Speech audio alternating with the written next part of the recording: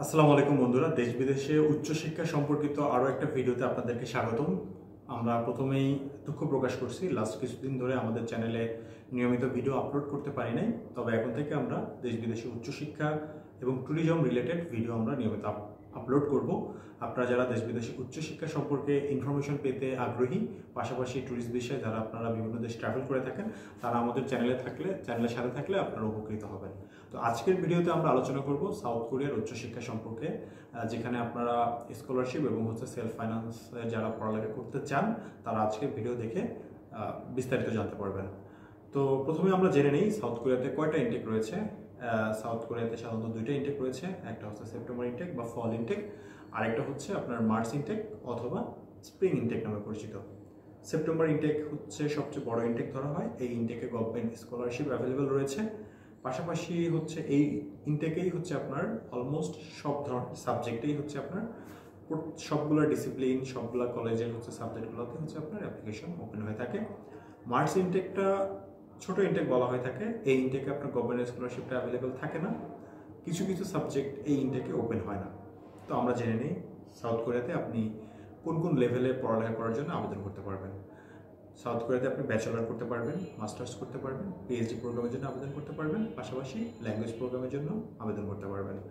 তো বন্ধুরা, এ পর্যায়ে আমরা জেনে নিই হচ্ছে সাউথ কোরিয়াতে কী কী ধরনের রিকোয়ারমেন্ট রয়েছে। আমরা ধরে নিচ্ছি আপনারা ইংলিশ প্রোগ্রামে ব্যাচেলর অথবা মাস্টার্স বা পিএইচডি করতে যাবেন। তো সেক্ষেত্রে রিকোয়ারমেন্ট যেটা রয়েছে সেটা প্রথমে যে রিকোয়ারমেন্ট সেটা হচ্ছে আইএলটিএস রিকোয়ারমেন্ট রয়েছে। আইএলটিএস ন্যূনতম 5.5 হলেই হচ্ছে আপনি আবেদন করতে পারবেন। তবে হচ্ছে কিছু কিছু ইউনিভার্সিটি আইএলটিএস আরও বেশি রিকোয়ারমেন্ট থাকে, সেটা আপনারা ইউনিভার্সিটির যে সার্কুলার রয়েছে, পাশাপাশি ইউনিভার্সিটিতে অ্যাডমিশন গাইডলাইনটা যেটা ওরা পাবলিশ করে থাকে, সেখানে সেটা আপনি একটু ফলো করলে ওদের রিকোয়ারমেন্ট সম্পর্কে আপনারা ধারণা পাবেন। তো এ পর্যায়ে যারা হচ্ছে আপনার ব্যাচেলর করতে যাবেন তাদের হচ্ছে ন্যূনতম হায়ার সেকেন্ডারি বা এসএসসি কমপ্লিট থাকতে হবে। যারা মাস্টার্স করতে যাবেন তাদের ব্যাচেলরটা কমপ্লিট থাকতে হবে। আর যারা হচ্ছে পিএইচডি করতে যাবেন ডেফিনেটলি তাদের মাস্টার্সটা কমপ্লিট থাকতে হবে। এছাড়া আপনাকে $16,000 সমপরিমাণ আপনার ফাইন্যান্সিয়াল সলভেন্সি আছে, সেটা আপনাকে প্রুভ করার জন্য যাবতীয় ডকুমেন্ট প্রেজেন্ট করতে হবে। তো এই পর্যায়ে আমরা জেনে নেই হচ্ছে আপনার রিকোয়ারমেন্টগুলো যেহেতু আমরা জানলাম, তো এই পর্যায়ে আমরা জেনে নিব যে অ্যাপ্লিকেশনের প্রসেসটা কি। অ্যাপ্লিকেশনের প্রসেসের মধ্যে অন্যতম প্রসেস হচ্ছে আপনার ডকুমেন্টগুলো প্রিপারেশন করা। ডকুমেন্ট প্রিপারেশন বলতে আমি যেটা বলতে চাচ্ছি, আপনারা জেনে থাকবেন যে সাউথ কোরিয়াতে আবেদন করার জন্য আপনার একাডেমিক যে ডকুমেন্টগুলো রয়েছে এটা অ্যাটাস্টেশন অথবা অ্যাপোস্টাইল করাতে হয়। যেটা আপনি যদি ব্যাচেলরের জন্য যান সেক্ষেত্রে আপনার বোর্ড থেকে হচ্ছে আপনাকে অ্যাটাস্টেশন করাতে হবে।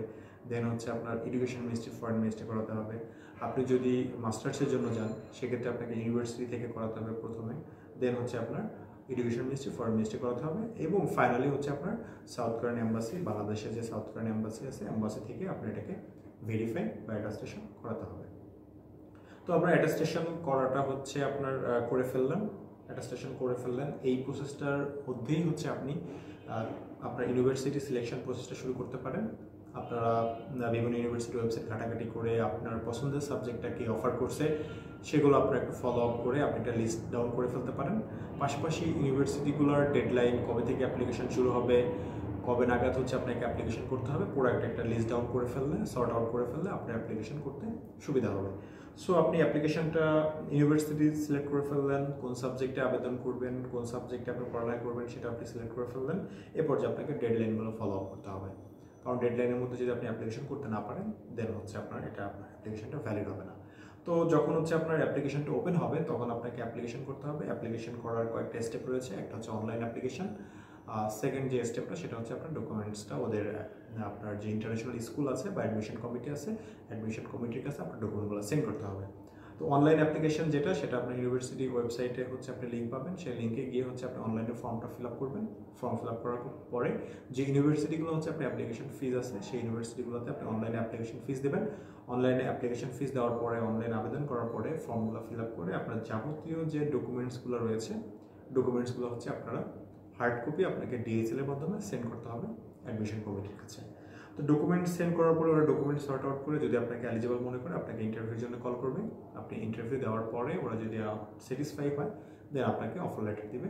অফার লেটার পাওয়ার পরে আপনাকে টিউশন ফিস দিতে হবে। টিউশন ফিস দিয়ে দেওয়ার পরে দেন আপনি ভিসা অ্যাপ্লিকেশনের জন্য প্রস্তুতি নিতে পারেন। তো তো এই পর্যায়ে আমরা জেনে নিব সাউথ কোরিয়াতে যে দুইটা ইনটেক রয়েছে, কোন ইনটেকে আবেদন সময়টা কখন। যদি আপনি হচ্ছে মার্চ ইনটেকে যদি আবেদন করতে চান, এখানে একটা জিনিস আমি আরেকটু শর্ট করে বলি, আপনি যে ইনটেকে অ্যাপ্লিকেশন করতে যাচ্ছেন তার আগের ইনটেকে যখন ক্লাস শুরু হয়, ক্লাস শুরু হওয়ার পর থেকে হচ্ছে পরবর্তী ইনটেকের অ্যাপ্লিকেশন প্রসেসটা শুরু হয়। লাইক আপনি সেপ্টেম্বর ইনটেকে যেতে যাচ্ছেন, সেক্ষেত্রে তার আগের ইনটেকটা হচ্ছে মার্চ ইনটেক। মার্চ ইনটেকে আপনার মার্চের ফার্স্ট উইকে ক্লাস শুরু হচ্ছে, ফার্স্ট উইকে ক্লাস শুরু হওয়ার পরেই হচ্ছে আপনার ইউনিভার্সিটিগুলো ধাপে ধাপে হচ্ছে অ্যাপ্লিকেশনটা ওপেন করে দেয়। আবার হচ্ছে আপনি যদি মার্চ ইনটেকে যেতে চান, সেক্ষেত্রে সেপ্টেম্বর ইনটেকের ক্লাসটা শুরু হয় সেপ্টেম্বরের ফার্স্ট উইকে। সেপ্টেম্বরের ফার্স্ট উইকে আপনার অ্যাপ্লিকেশনটা যখন শুরু হয়ে যায়, এরপরেই হচ্ছে আপনার মার্চ ইনটেকের জন্য অ্যাপ্লিকেশনগুলো ধাপে ধাপে ওপেন হয়।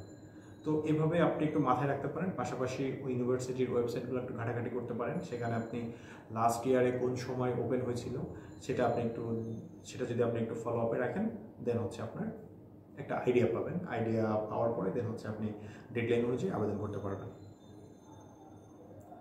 ধন্যবাদ সবাইকে, ভালো থাকবেন। আসসালামু আলাইকুম।